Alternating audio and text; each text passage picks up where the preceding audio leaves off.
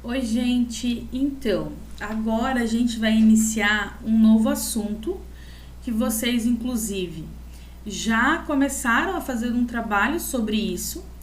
Agora a gente vai chegar no continente, no continente não, né? No Brasil, que fica na América do Sul, no continente americano.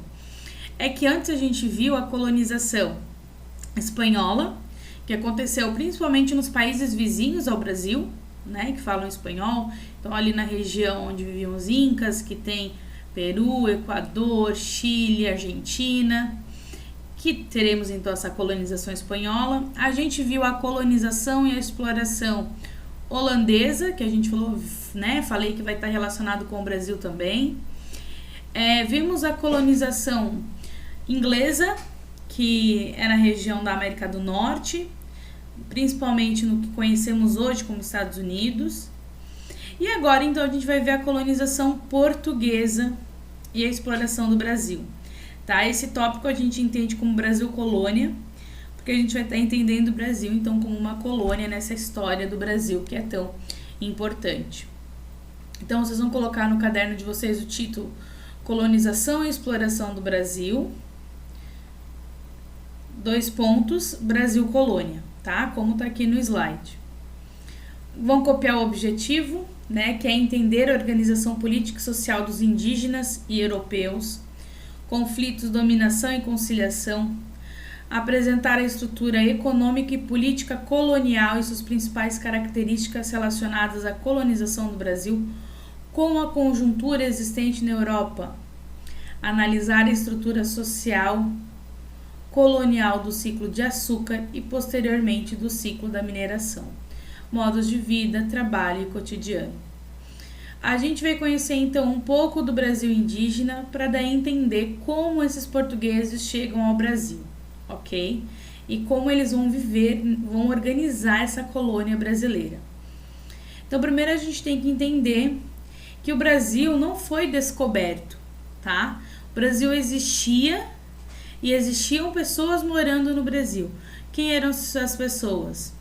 Os nativos, que vão ser chamados de índios. Hoje chamamos eles de indígenas. Por que índio?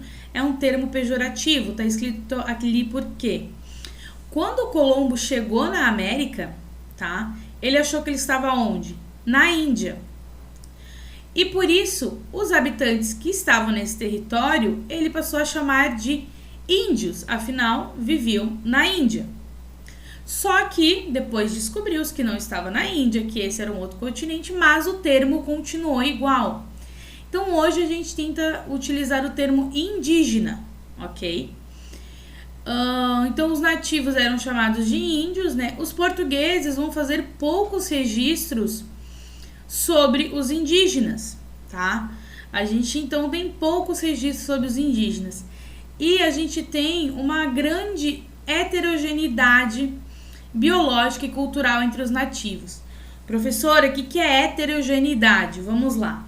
Quando eu falo de homogeneidade, eu falo de coisas iguais, certo? Heterogeneidade são de coisas diferentes, ou seja, no Brasil a gente vai ter uma grande diversidade de povos indígenas. Muitos e muito diferentes uns dos outros, ok? Indígenas não são todos iguais, eles são diferentes um dos outros. Então aqui, os indígenas possuem uma diversidade étnica, cultural e de organização. Eles têm diferenciações linguísticas, ou seja, diferentes idiomas. A gente vai ter os povos tupi, que viveram no litoral, e esses povos foram os primeiros a ter contato com os portugueses.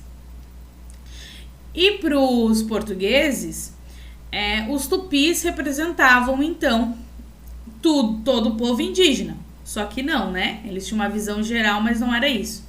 Então, aqui eu coloquei os povos indígenas que viviam no Brasil, seus grupos, tá? Dentro desses grupos a gente tem várias outras divisões. É como se aqui fossem, para vocês entenderem, estados, e dentro daqui a gente tem cidades. Então a gente tem o grupo Tupi-Guarani, que fica no litoral, o grupo G, que fica aqui nessa região, Aruaquê, Caribe, Cariri, Pano, Tucano, Charrua e outros grupos que estão divididos aqui. Então aqui é uma visão geral desses grupos indígenas, ok? A gente vai falar também sobre troncos linguísticos, só que eu vou deixar para outra aula para o slide não ficar tão longo,